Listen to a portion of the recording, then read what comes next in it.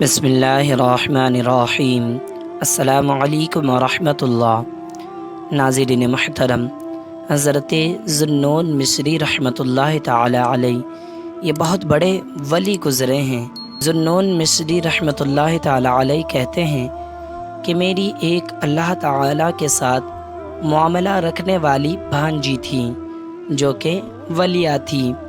1 مہینہ تک وہ مجھ سے غائب رہی اور مجھے یہ معلوم نہ ہو سکا کہ وہ کہاں ہے۔ میں نے ایک شب و روز صیام و قیام کے ساتھ اللہ کی بارگاہ میں گریہ وزاری کی، یعنی میں نے ایک رات اللہ کی عبادت کی اور 1 دن کا روزہ رکھا، پھر اللہ کی بارگاہ میں گریہ وزاری کی تو خواب میں دیکھا کہ ایک ہاتف مجھ سے کہہ رہا ہے، یعنی غیب سے آواز دینے والا کہہ رہا ہے کہ جسے تم ڈھونڈ رہے ہو وہ فلاں میدان میں ہے۔ حضرت ذوالنون مصری رحمۃ اللہ تعالی علیہ کہتے ہیں کہ میں نے کہا کہ سبحان اللہ، وہ وہاں کیسے پہنچ گئی؟ ذوالنون مصری رحمۃ اللہ تعالی علیہ کہتے ہیں کہ میں 10 دن کا زاد سفر اور پانی لے کر نکل پڑا، یعنی 10 دن کے کھانے پینے کا سامان لے کر نکل پڑا، مگر اسے نہ پایا اور اس سے مایوس ہو گیا۔ پانی اور کھانے پینے کا سامان بھی ختم ہو گیا۔ میں نے ارادہ کر لیا کہ کل میں واپس چلا جاؤں گا۔ میں سویا ہوا تھا، ایک شخص نے میرا پاؤں ہلایا، میں بیدار ہو گیا۔ کیا دیکھتا ہوں کہ میری بھانجی میرے پاس کھڑی ہو کر ہنس رہی ہے۔ اس نے کہا کہ اے کمزور دل والے، یہ تمہاری پیٹھ پر کیا ہے؟ میں نے کہا کہ یہ میرا زاد راہ ہے، یعنی سفر کا سامان ہے، کھانے پینے کا سامان ہے۔ تو مجھ سے 1 مہینہ تک غائب رہی، اس لیے میں تجھے ڈھونڈنے نکلا تھا۔ اس نے کہا کہ ماموں، اللہ کی قسم میں اپنی محراب میں تھی، یعنی میں اپنے گھر میں تھی کہ میرے دل میں خیال پیدا ہوا، زمین و آسمان، خشکی اور سمندر، ویرانہ اور آبادی، سب کا خدا ایک ہے۔ اس لیے میں نے یہ طے کیا کہ 1 مہینہ ویرانے میں اور 1 مہینہ آبادی میں اللہ کی عبادت کروں گی، تاکہ میں اس کی قدرت اور اس کے کرم کا آثار مشاہدہ کر سکوں، یعنی اس کی قدرت کا کرشمہ دیکھ سکوں۔ میں اس میدان میں 40 دن سے حاضر ہوں، یعنی میں اس بیابان میں 40 دن سے اللہ کے عبادت میں مصروف ہوں۔ میں نے اس میدان میں اپنے معبود کو یقین کی آنکھ سے دیکھا اور اس نے مجھے ساری مخلوق سے بے نیاز کر دیا۔ حضرت ذوالنون مصری رحمۃ اللہ تعالی علیہ کہتے ہیں کہ یہ تمام باتیں کرنے کے بعد میری بھانجی رونے لگی، پھر خاموش ہو گئی۔ حضرت ذوالنون مصری رحمۃ اللہ تعالی علیہ فرماتے ہیں کہ میں بہت بھوکا تھا۔ میں نے اس سے کھانے کے بارے میں پوچھنے کا ارادہ کیا، پوچھا نہیں۔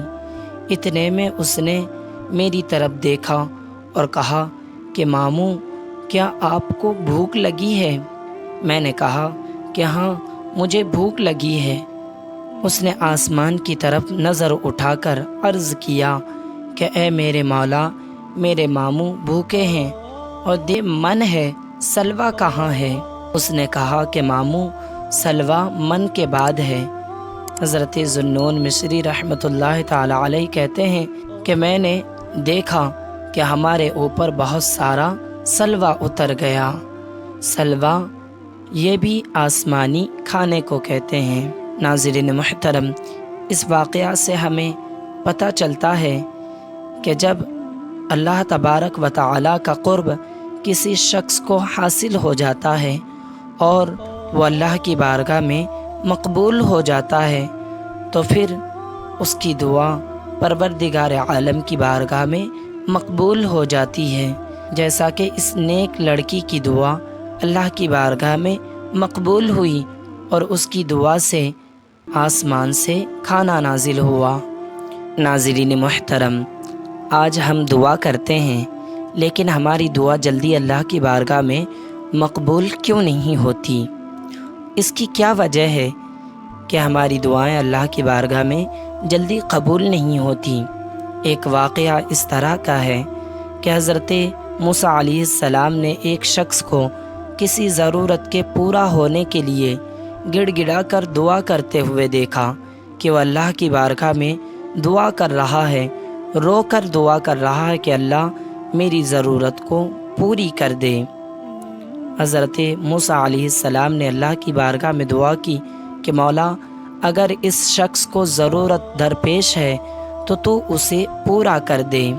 اللہ تعالیٰ نے حضرت موسیٰ علیہ السلام کی طرف وحی نازل فرمائی کہ اے موسیٰ، اس کے پاس بکریاں ہیں، اس کا دل بکریوں میں لگا ہوا ہے، اور میں کسی ایسے شخص کی دعا قبول نہیں کرتا جو دعا تو مجھ سے کرتا ہے مگر اس کا دل کسی اور کے پاس ہوتا ہے۔ حضرت موسیٰ علیہ السلام نے اس شخص کو اس بات کی خبر دی۔ اس شخص نے اللہ کے سوا تمام چیزوں کو چھوڑ دیا، یعنی اس نے اپنے دل سے بکریوں کی محبت اور ہر چیز کی محبت کو نکال دی۔ اللہ تعالیٰ نے اس کی ضرورت کو پوری فرما دی۔ ناظرین محترم، اس سے پتہ چلتا ہے کہ آج ہماری دعائیں اس لیے اللہ کی بارگاہ میں جلدی قبول نہیں ہوتی کہ آج ہمارے دل میں دنیا کی محبت ہے۔ ہم دنیا کی ساری چیزوں سے محبت کرتے ہیں، دنیا کی محبت ہمارے دل میں ہے، اس لیے اللہ کی بارگاہ میں ہماری دعائیں جلدی مقبول نہیں ہوتی۔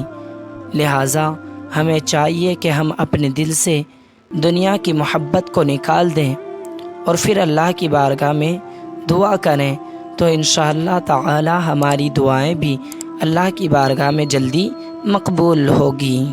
ناظرین محترم، امید ہے کہ ویڈیو آپ کو اچھی لگی ہوگی، لہٰذا ویڈیو کو اپنے دوستوں تک ضرور شیئر کریں، اور آپ سے گزارش ہے کہ اگر آپ چینل میں نئے ہیں تو چینل کو سبسکرائب کریں، اور آپ سے مؤدبانہ گزارش ہے کہ نمازوں کی پابندی کریں اور اپنی آخرت کو بہتر بنائیں۔